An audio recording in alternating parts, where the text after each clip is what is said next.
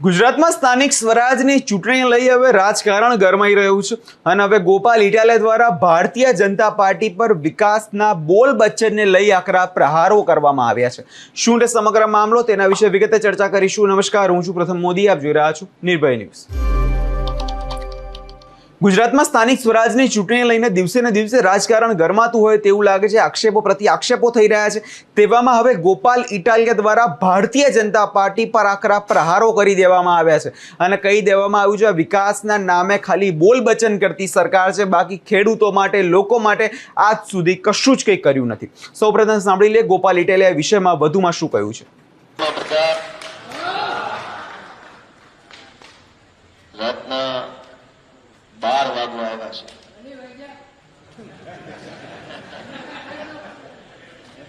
આમ તો ગામડામાં 9 વાગે એટલે સુઈ જવાનો ટાઈમ ગણાય અને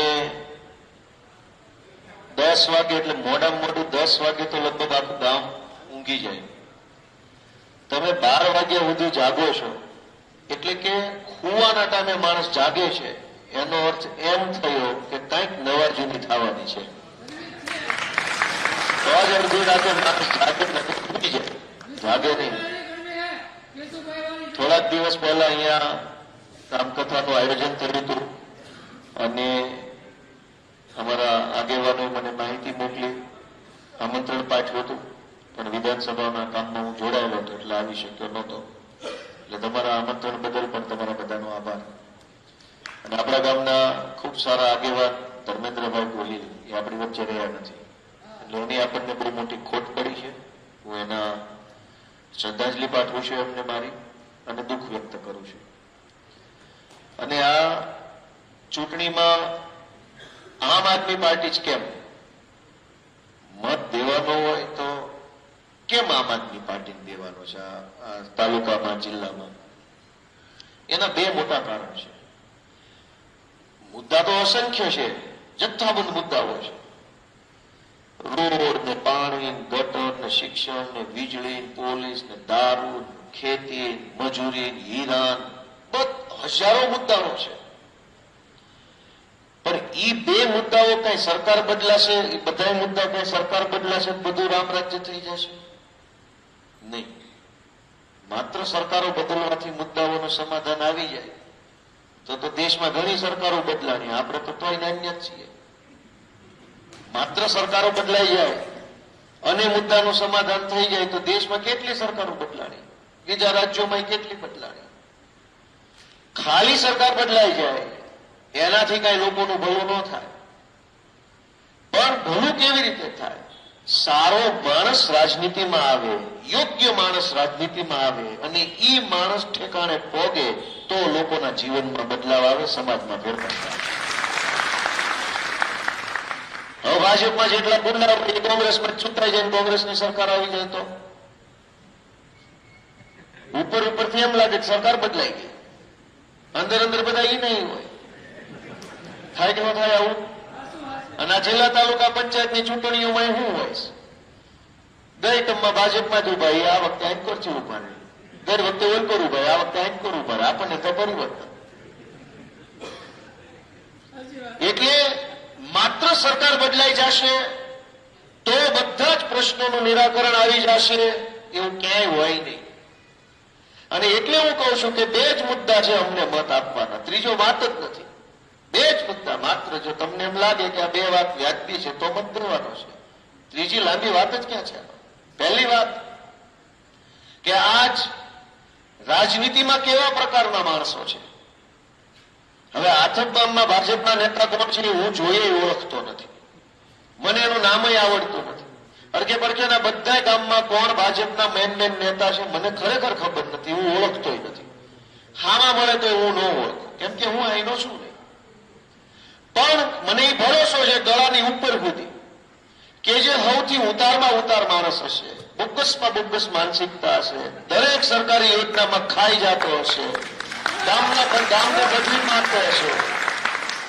બદલી મારતો હશે, ગામને દબાવતો હશે, ગામને ધમકાવતો હશે, સરકારી કામોમાં કટકી કરતો હશે, બધી યોજના ખાઈ જતો હશે, ગામમાં દારૂના હપ્તા લેતો હશે, લોકો ઉપર રોફ ઝાડતો હશે, લોકોને તુચ્છ સમજતો હશે, પોતાના જાતને મહાન સમજતો હશે, એવા જેટલા માણસો હશે એ બધા ભાજપના નેતા હશે.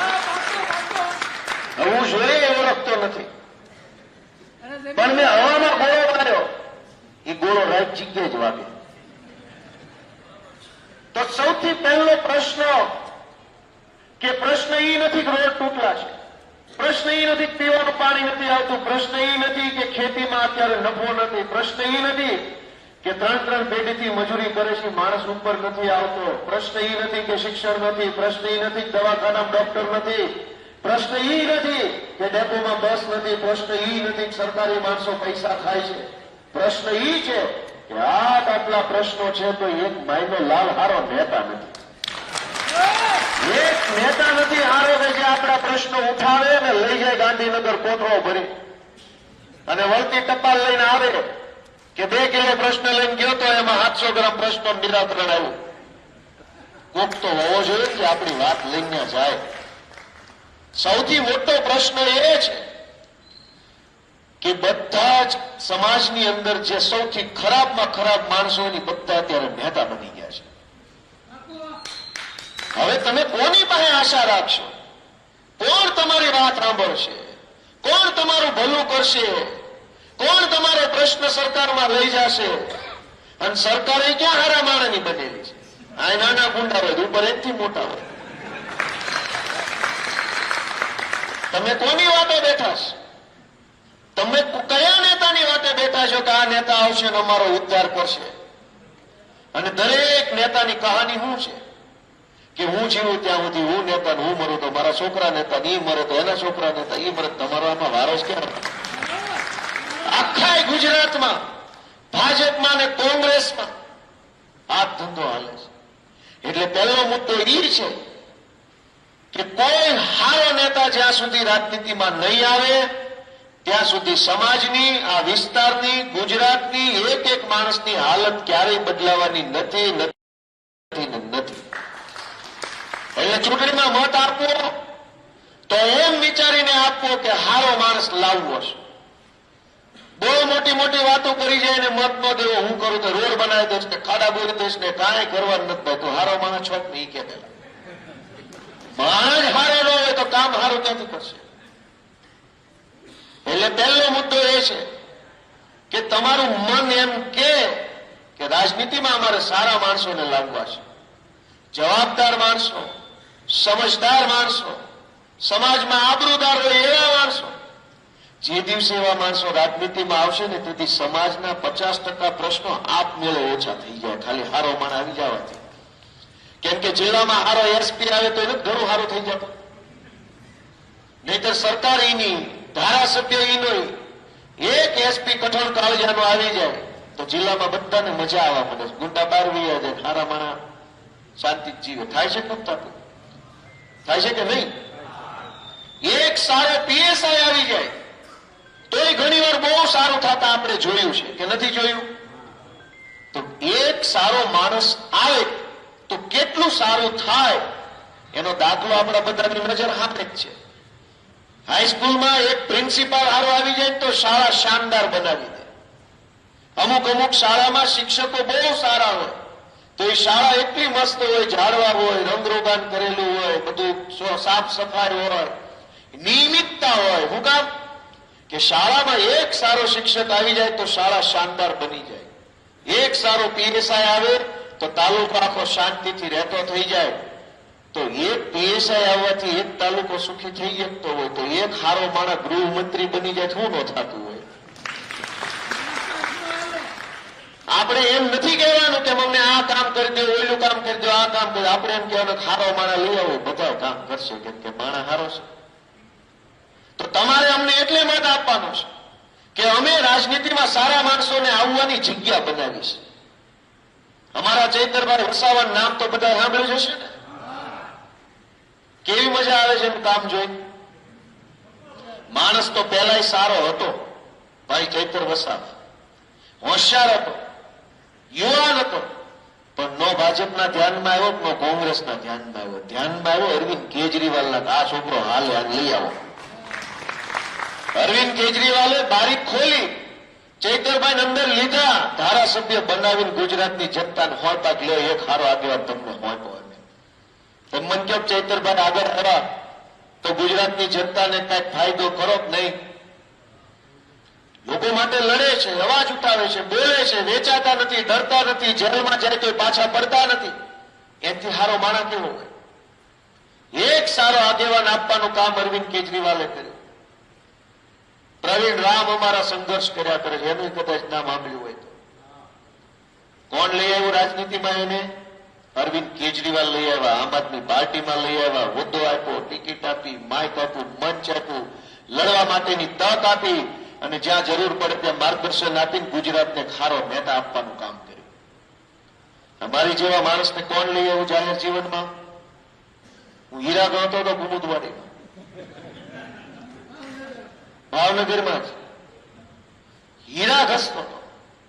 જો અરવિંદ કેજરીવાલ ન હોત, આમ આદમી પાર્ટી ન હોત તો ઘાટમાંથી તેલમાંથી ઘાટમાં ઘસાઈ ગયો હોત. હું પોતે ઘસાઈ ગયો હોત. હીરા નહીં, હું પોતે ઘસાઈ ગયો હોત.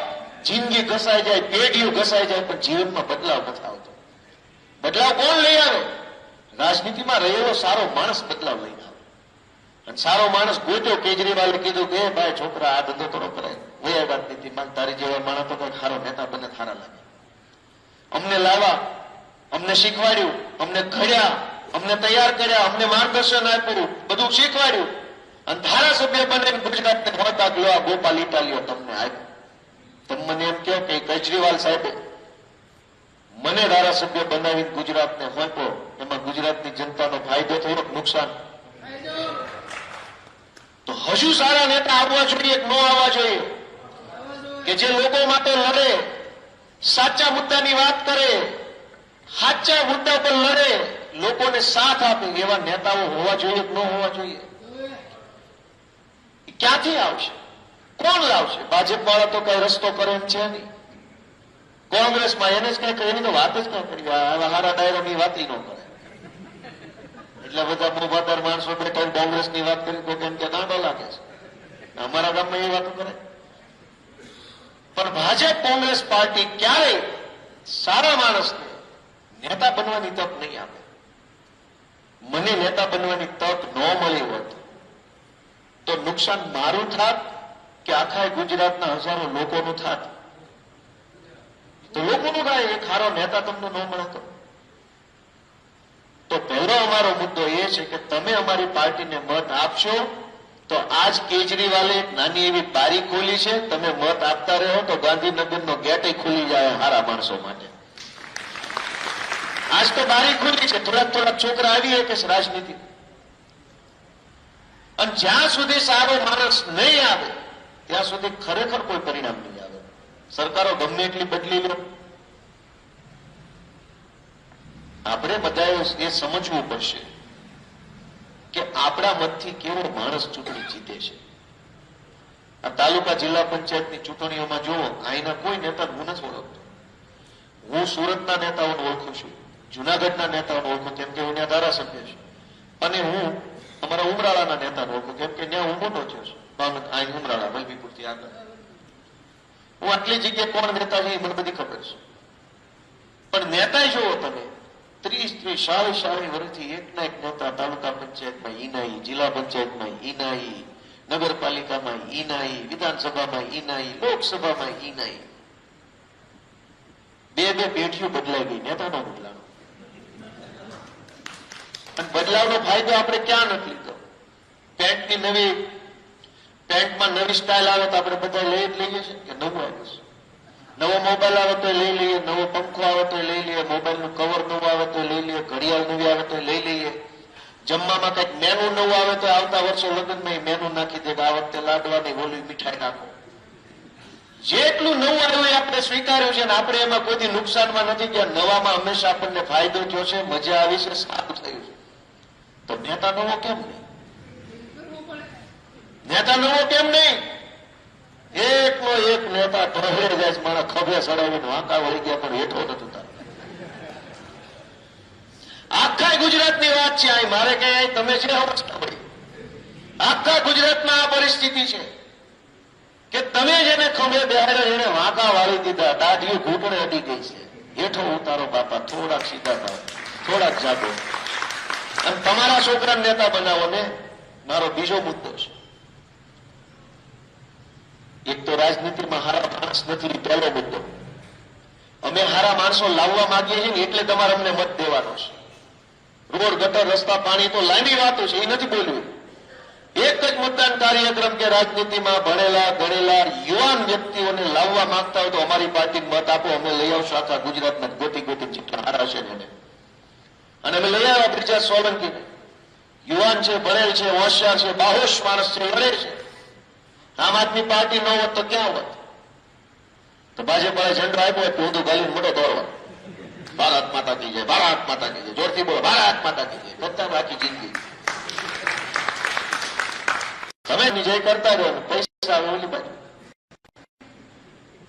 અનેક સારા નેતાઓ લડાય, પહેલો મુદ્દો. અને બીજો મુદ્દો કે નેતા કોણ બને. આજની પરિસ્થિતિ આખા દેશની એ છે કે નેતાના છોકરા નેતા બને, બહુ પૈસા વાળા હોય ઈ નેતા બને, માથા ભારે હોય ઈ નેતા બને, અને નેતાની જેની ઉપર ભલામણ હોય ઈ નેતા બને. આમાં આપણે ક્યાં આવ્યા? આપણે ક્યાં આવ્યા? આપણે નેતાના સુપુત્રો નથી, આપણે માથા ભારે માણસો નથી, આપણે ખિસ્સામાં પૈસા નથી, તો આપણે નેતા બનવાનો હક નથી છે કે નહીં? આમ આદમી પાર્ટી સામાન્ય પરિવારના બાળકોને રાજનીતિમાં આગળ વધવા માટેની પ્રેરણા આપે, પ્રોત્સાહન આપે, પ્લેટફોર્મ આપે અને નેતા બનાવવા માટેનો રસ્તો કરી આપે છે. અનેકને નેતા બનાવ્યા છે. આજે અમારી ટિકિટ કોને આપી છે? ઓલા બેનને મને પરિચય કરવા કેમ ગઈ? આગળ આવો જરા. આ બેન આપણી દીકરી છે, નાની એવી. જોવો, આપણા ગામની છો? હાથ જ ના બોલો. આ બેન આપણા, તમે તો ઓળખતા હશો, આપણા ગામની છે. આ દીકરીને ટિકિટ આપી. હવે ઉભા ને બેન, વિનુભાઈ દીકરી છે. વાહ ભાઈ, આ નાની દીકરીને આપણે ટિકિટ આપી. આપણી જેવા નાના માણસો છે ને એની કોઈ આંગળી પકડવા તૈયાર નથી. તમે બીમાર હો, ભણવું હોય, કઈક ધંધે ચડવું, તોય કોઈ આંગળી પકડતો નથી. રાજકારણની આંગળી પકડવાની વાર્તા જ ક્યાં કરવાની રહી? આપણે હીરા ગણતા હોય અને પહેલી વખત રાજકારણમાં આવવું હોય ને તો જેટલા રાજકારણીઓને એવી સલાહ આપે તમારે આમાં ન હોય, તમને આમાં ન ખબર પડે, ધંધીનો કરો, ધંધીનો. કા ભાઈ અમારે કેમ ન હોય? એટલે કે રાજકારણ બહુ ખરાબ છે, બહુ ખરાબ છે. પણ તો તું હીરા ગણવા દે છે, ખરાબ છે તું શું કરે છે? દેજે હીરા ગણવા તો બુધવારે બોર તળાવ જ્યાં કારખાના જગ્યા ખાલી હોય. તમે નેતા બનવા નીકળો તો તમને તમારું મનોબળ તોડે. તમને એમ કે તમે ન બની શકો, તમને ન આવડે, તમને ન ખબર પડે, તમને કોઈ મત નહીં દે, તમારી પાસે ક્યાં પૈસા છે, તમારી ક્યાં ઓળખાણ છે. બહુ વાયડે થાય તો પોલીસ મોકલીશો, કેસ થઈ જાય, જેલમાં ભરાઈ જાય. શનિ મહિના બે ફોર્મ પાછો કઈ લો. તમે નેતા બનો તો બધા નેતાને વાંધો છે. તમારા છોકરા નેતા બને તો ભાજપને વાંધો છે, કોંગ્રેસને વાંધો છે, ગુંડાઓને વાંધો છે, બુટલેગરોને વાંધો છે, માફિયાઓને વાંધો છે. તમારા છોકરા નેતા બને તો અમને બહુ હરખ થાય છે, કેજરીવાલને બહુ ખુશી થાય છે. તમારા છોકરા નેતા બનવા જોઈએ, નેતાના છોકરા નેતા ન બનવા જોઈએ. અને એટલે તમારા છોકરાને કેજરીવાલ ટિકિટ આપે છે કે આને અમારે નેતા બનાવવા છે, બોલવા નહીં. અને એટલે તમારે અમને એટલે મત દેવાનો છે કે અમે તમારા છોકરાને નેતા બનાવીએ છીએ, આગેવાન બનાવીએ. આજ સંકોચ થાય કેમ કે જિંદગીમાં પહેલી વખત સ્ટેજ ઉપર ઉભું રહેવા મળ્યું હોય, જિંદગીમાં પહેલી વાર ધારાસભ્યને 3 ફૂટના ગાળે જોવા મળ્યા હોય, પહેલી વાર આપણને એવું માઇક હાથમાં આવ્યું હોય, નેતની હાથમાં આવી હોય, પહેલી વાર અવડું પ્લેટફોર્મ મળે. આપણા છોકરા એમને ધરબાઈ જાય, હાલે લે આમાં બોલવું. મારી એવી હાલત હતી. સીધું પહેલી વાર માઇક હાથમાં આવ્યું, બોલવું, પગ અંદર ધ્રુજા કરે. થોડું ખુલતું પેન્ટ પહેરવું પડે, ખબર ન પડે ધ્રુજે છે. કેમ? કેમ કે આપણી જેવા નાના માણસો કોઈ કઈ શીખવાડે નહીં. પહેલી વાત એ છે કે સારા માણસોને લાવવા હોય તો અમને મત આપો, તમારા છોકરાને નેતા બનાવવા હોય તોય અમને મત આપો. આ બે જ મુદ્દાનો કાર્યક્રમ આખી ચૂંટણીમાં છે, લાંબી કોઈ વાત જ નથી. લ્યો, નેતાના છોકરાને નેતા બનાવવા હોય, ગુંડાને નેતા બનાવવા હોય, પૈસા વાળાને નેતા બનાવવા હોય તો અમને મત ન દેતા. તમને જે ભાવે મત દઈ દેજો. હું તો માગવા આવ્યો છું તો ન દેતા. પણ તમારા છોકરા આગળ આવે અને તમારા છોકરા આગળ આવશે તો શું કરશે ખબર છે? આ મને વિસાવદરમાં અમારા ખેડૂતોએ ધારાસભ્ય બનાવ્યો, મને મારા લોકોએ ધારાસભ્ય બનાવ્યો. કેમ કે એને એમ લાગે છે કે ગોપાલ અમારો છે, અમારી જેવો છે, અમારા માંથી આવે છે. તો મને હામ એટલી લાગણી હોય કે આ બધા અમારા છે, આની માટે તમારે જે કરવું પડે એ કરીશ. તો હામી લાગણી હોય. હવે જે પૈસા દઈને છૂટાઈ જાય એમ જ કે ને આને વેચાતા લીધા એ થોડા કે અમારા છે એમ ન કે. હું સ્ટેજ ઉપર માઇક લઈને ઉભો હોઉં તો મને એમ થાય કે આ બધા અમારા છે, આપણા છે, પોતાના મા બાપ છે. પણ 500 આપીને મત લીધા દેતા આ બધાને વેચાતા રાખ્યા ઉધડા. પછી તમે પ્રશ્ન લઈને આવત ક્યાં સાંભળવાનો જ લીધું? ઉધડા જ લઈ લીધા. વાતમાં કેટલા તો આગેવાન આવે 1500 જવાબદારી તો કે મારી 5 લાખ આને આપો, ગામને 500 બાપુ ગામ ઉધડું. પછી કે રોડ બનતા નથી, નિહાળ બનતી નથી, કાંઈ થતું નથી. તમારા છૂટાશે તેથી તમારી પીડાની કદર થાય. તમારા પોતાના નહીં છૂટાય ત્યાં સુધી તમારી વેદના કોઈ સમજશે જ નહીં. તમે કેમ જીવો છો, તમને કેટલી તકલીફ છે, તમારે શું જોઈએ છે, એ તો તમારો હોય સમજે. બહારનું થોડું સમજવાનું છે. આ દીકરી ભલે નહીં કઈ આવડતું હોય પણ તમારી તો છે ને, તમારી ભેગી રહે છે, તમને રોજ જોવો છે. આ માણસ કેમ જીવે છે, આ સમાજ કેમ જીવે છે, સમાજને શું ઘટે છે, શું ખૂટે છે, શું તકલીફ છે, એ બધું નજરે જોવે છે. એકવાર તમારા આશીર્વાદથી કઈક ખુરશી પર બેસે તો પેલી પીડા એને તમારી દેખાય. પેલું થી જોઈએ કે મારા છે એનું કઈક કરવું પેલા. અને જે પૈસા વાળા છે એ પેલા એમ જોયે કે આમાં રોડના કામમાં મને કેટલા મળે, ઓલા મને ટેન્ડર આવ્યું એમાં શું છે, કઈ 7% સાર નહીં આવે, હાથ દેવા પડશે. આ વખતે બીજી વાર જીત્યો છું. અને એટલે હું તમને કહેવા આવ્યો છું કે મુદ્દા બહુ સાચા છે, બોલવા બે તો હવાર પડી જાય. પણ સમજવા જેવા બે જ મુદ્દા મેં તમને કીધા છે. ખારા માણસ લાવવો હોય તો અમને મત દો, અને તમારા છોકરાઓને નેતા બનાવો તો અમને મત દો. ગામના છોકરા મોટા કરવા હોય તો જ્યાં મજા આવે ત્યાં દઈ દો. અને મજા શું કે આ લોકો શું સમજે છે આપણને, આ ભાજપ વાળા આપણને સમજે શું, એ આપણને શું સમજે છે. મને એટલું બધું અંદરથી દુઃખ થાય છે આ વાત જાણીને કે એ શું સમજે છે આપણને. દર ચૂંટણીએ પૈસા ખાવાનું લઈને આવી જાય છે, દર ચૂંટણી. એટલે શું સમજે છે? બકરો કેટલાનો આવે? એક બકરાનો શું ભાવ હોય? હારા મારો લ્યો તો 10,000. એવું થોડું છે, તમે ખબર હોય. કેટલો આવે બકરો? 10-12,000 નો મિનિમમ. એથી સસ્તો નો આવે, એ મરેલા જેવું આવે. પાસે હારો લ્યો તો 10,000 નો બકરો આવે. ગજેરો કેટલાનો આવે?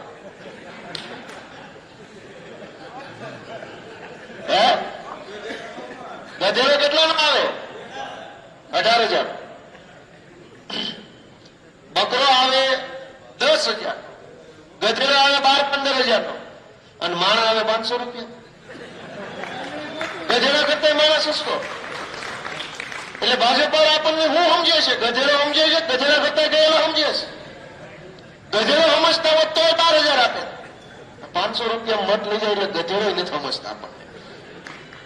હા હોય તો આ પાડો, ના હોય ના પાડો. એ આપણને ગધેડો નથી સમજતા, બકરો નથી સમજતા. બકરો સમજતા હોત તો મત દેવાના 15,000 આપતા હોત. 500 આપે છે તે સમજતા હું હશે એ તો તમે મારા બાપ વિચાર તો કરો કે આપણને હું સમજે છે. બકરો સમજે તો 15,000 દેવા પડે ને, કે બકરો છે આના 15 તો આવે જ. 500 આપે છે, 300 રૂપિયા, 150 રૂપિયા, 2 કોથળી. એટલે હું સમજેશ. તમે વિચાર કરો માય બાપ કે હું સમજેશ આપણને. એ હું સમજેશ આપણને. આપણે માણસ નથી, આપણું સ્વાભિમાન નથી, આપણો કોઈ વટ નથી, આપણી કોઈ ઇજ્જત આબરૂ નથી. તું શેનો 500 આપીને મત લઈ જાશ? કોક તો કહેવા વાળો નહીં હોય એને કોકે નહીં કહેવું પડે બધું. તું સમજે શું અમને? હાલી ગળાથી ક્યારેક તો કયો એવું, કોક તો કયો ત્યાં તું હું સમજેશ? 30 વર્ષથી આ લોકોએ આપણને બકરા કરતા સસ્તા સમજી લીધા. દર ચૂંટણીએ રૂપિયા લઈને આવી જાય. માણસ જ નથી સમજતા આપણને. અને જે ચૂંટણી ફોર્મ ભરે નોકર પાછું કહે કે કેટલા આપું? 12 લાખ, 15 લાખ, 8 લાખ. જેવી ગરજ, જેવી સીટ ને જેવો સામે ટાઈટ માણા, ઢીલો માણસ 2 લાખમાં બોર પડી જાય. ટાઈટ મારવા તો 5 લાખ પડે, એથી ટાઈટ 15 પડી જાય. એ સમજે શું? હું અત્યારે નેતા છું, હું તમને એમ કહું કે 500 આપી દો, હાલ બે અમારી ગાડીમાં, તો તમે બે જાઓ. તરત નહીં વટ કરો કે એમ છે ને તાર બાપનું છે અમારું કામ. મત માંગો તો કેમ એમ નથી થતું? આ લોકોને ફાવી ગયું છે, ભાજપ વાળાની, કોંગ્રેસ વાળા. દર ચૂંટણીએ પૈસા, દારૂ, ખાઓ પીવો, એશ કરો, મત દઈને પછી ભૂખે મરો. 30 વર્ષ આમનામ કાઢ નાખ્યા. ક્યાં સુધી આવવા છે? અને એને કેટલો વિશ્વાસ કેટલો છે કે પૈસાથી બધું જ થઈ જાય. એને વિશ્વાસ તો જો કે ગમે એવી ચૂંટણી આવે પૈસા દઈને નીકળે. એને વિશ્વાસ પૈસા ઉપર છે કે આપણી ઉપર વિશ્વાસ છે કે વ્યવસાય જ થાય.